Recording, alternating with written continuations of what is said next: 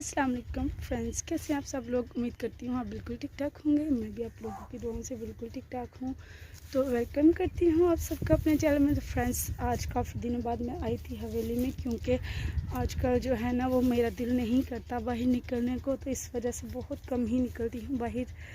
तो आज दिल कर रहा था तो मैं बाहर आ गई। मैंने कहा देख के आऊँ कि हवेली के क्या हालात हैं और हमारे पौधे कहीं सूख तो नहीं रहे, तो पानी वगैरह भी दे के आती हूँ। तो ये देखें, ये खजूर का पौधा मैंने लगाया था, ये सूख चुका है।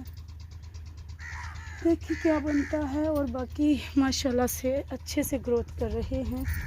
और धनिया भी हमारा काफ़ी बड़ा हो चुका है।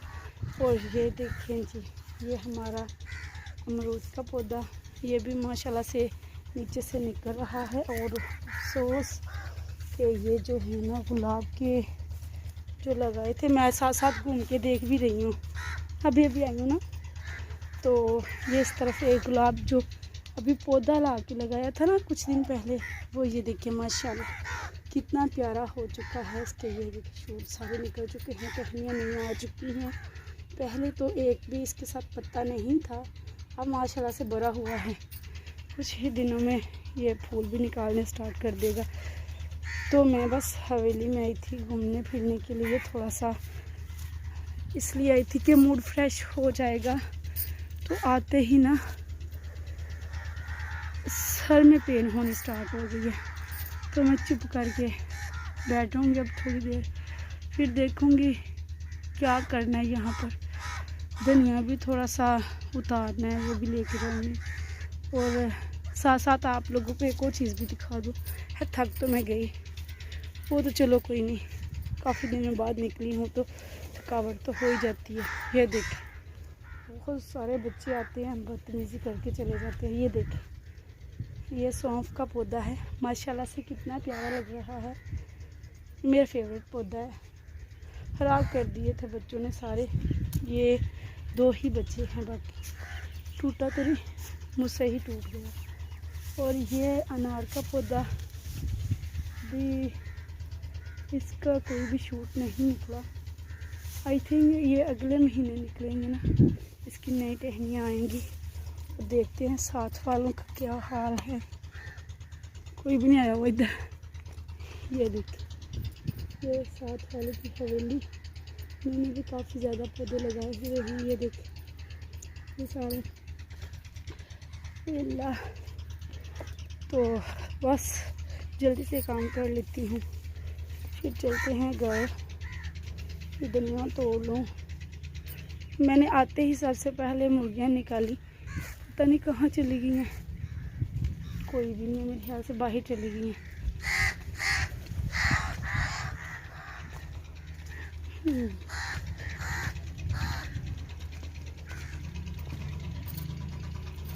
और ये देखिए साइड पे कौवे, शोर डाला हुआ है कौवों ने, पता नहीं क्या खा रहे हैं, चावल वगैरह कुछ डाला हुआ है साथ वालों ने, तो वो खा रहे हैं।